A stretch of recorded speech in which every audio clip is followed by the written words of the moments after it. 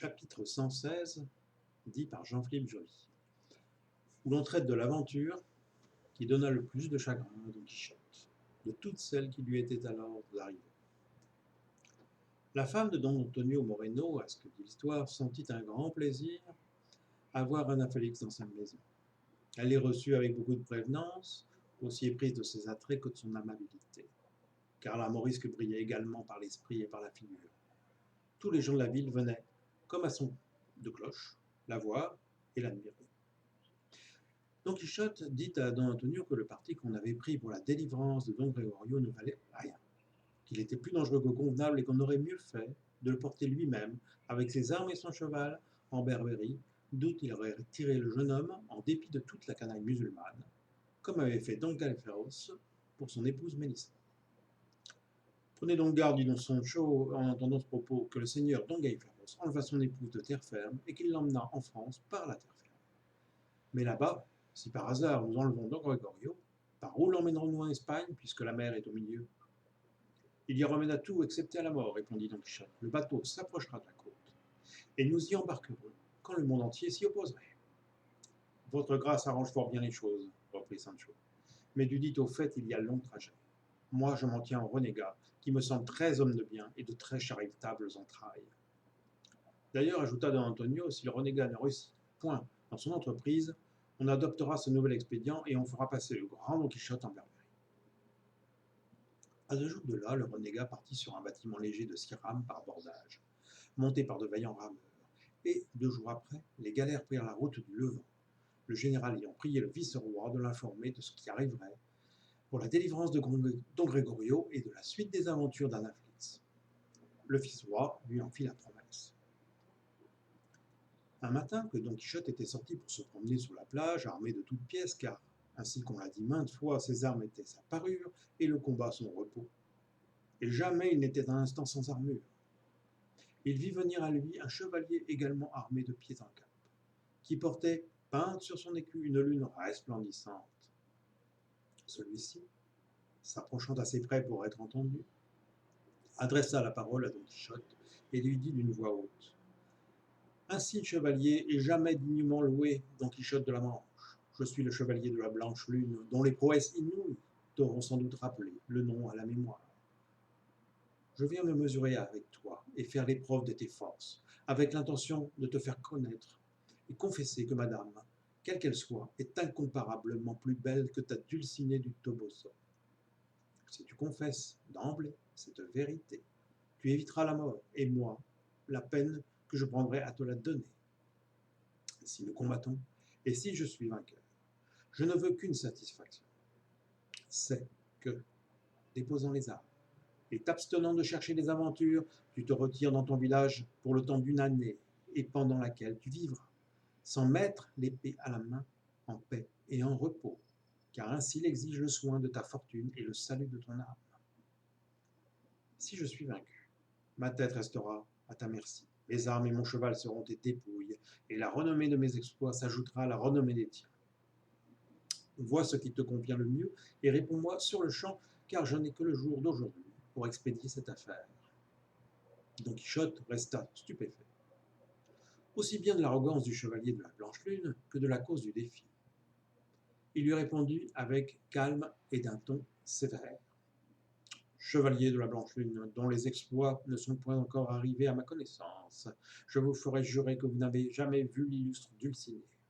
Et si vous l'eussiez vu, je sais que vous fussiez bien gardé de vous hasarder en cette entreprise, car son aspect vous eût trompé, et vous eût appris qu'il n'y a point et qu'il ne peut y avoir de beauté comparable à la sienne. Ainsi donc, sans vous dire que vous en avez menti, mais en disant du moins que vous êtes dans une complète erreur, j'accepte votre défi avec les conditions que vous y avez mises, et je l'accepte sur le champ pour ne point vous faire perdre le jour que vous avez fixé.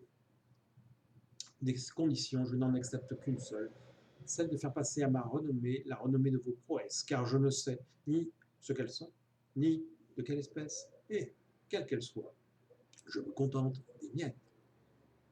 Prenez donc du champ ce que vous en voudrez prendre.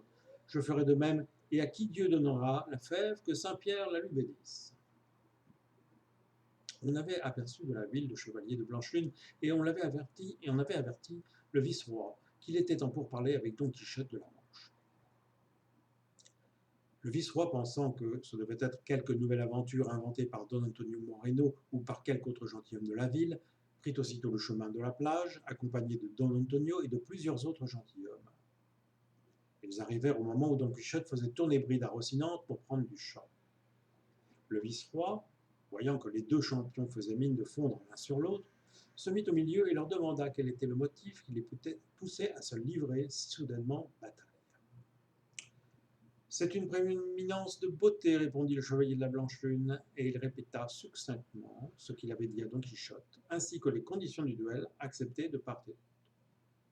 Le vice-roi s'approcha de Don Antonio et lui demanda tout bas s'il savait qui était ce chevalier de la Blanche-Lune, ou si c'était quelque tour qu'on voulait jouer à Don Quichotte. Don Antonio répondit qu'il ne savait ni qui était le chevalier, ni si le duel était pour rire ou tout de bon, et cette réponse jeta le vice-roi dans une grande perplexité.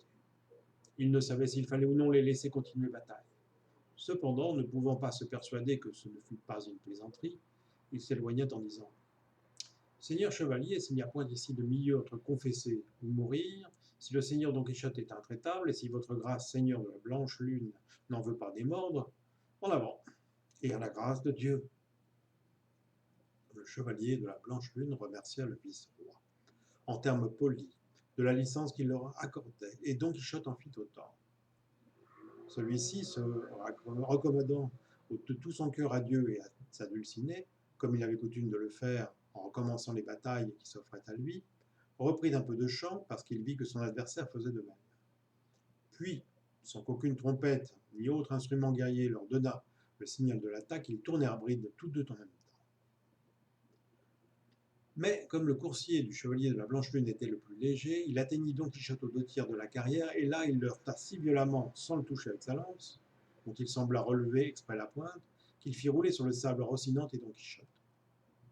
Il s'avança aussitôt sur le chevalier, et lui mettant le fer de sa lance à la visière, il lui dit « Vous êtes vaincu, chevalier, et mort même, si vous ne confessez les conditions de notre combat. » Don Quichotte, étourdi et brisé de sa chute, répondit sans lever sa visière, d'une voix creusée et dolente, qui semblait sortir du fond du tombeau. Dulcinée du Toboso est la plus belle femme du monde, et moi, le plus malheureux chevalier de la terre. Il ne faut pas que mon impuissance à la soutenir compromette cette vérité. Pousse, chevalier, pousse ta lance, et ôte-moi la vie, puisque tu m'as ôté l'honneur. Oh non, certes, je n'en ferai rien, s'écria le chevalier de la Blanche-Lune. Vive, vive en sa plénitude la renommée de madame Dulcinée du Toboso. Je ne veux qu'une chose, c'est que le grand Don Quichotte se retire dans son village 1 année, ou le temps que je lui prescrirai, ainsi que nous en sommes convenus avant d'en venir aux mains. Le vice-roi Don Antonio et plusieurs autres personnes qui se trouvaient présentes entendirent distinctement ces propos. Ils entendirent également Don Quichotte répondre que pourvu qu'on ne lui demandait rien qui fût au détriment de Dulcinée, il accomplirait tout le reste en chevalier ponctuel et loyal. Cette confession faite et reçue, le chevalier de la Blanche-Lune tourna bride, et saluant le vice-roi de la tête, il prit le petit galop pour rentrer dans la ville. Le vice-roi donna l'ordre à Don Antonio de le suivre pour savoir à tout prix qui il était. On leva Don Quichotte, on lui découvrit le visage, on trouva pâle, inanimé et inondé de sueur. Rocinante était si maltraité qu'il ne put se remettre sur ses jambes. Sancho, l'oreille basse et la larme à l'œil, ne savait ni que dire ni que faire. Il lui semblait que toute cette aventure était un songe, une affaire d'enchantement. Il voyait son seigneur vaincu, rendu à merci, obligé à ne point prendre les arbres d'1 année. Il apercevait en imagination la lumière de sa gloire obscurcie, et les espérances de cette nouvelle promesse évanouies, comme la fumée s'évanouit au vent. Il craignait enfin que Rocinante ne restât estropiée pour le reste de ses jours et son maître disloqué. Heureux encore si les membres brisés remettaient la cervelle. Finalement, avec une chaise à porteur que le vice-roi fit venir, on ramena le chevalier à la ville, et le vice-roi regagna aussitôt son palais dans le désir de savoir quel était ce chevalier de la Blanche Lune qui avait mis Don Quichotte en si piteux état.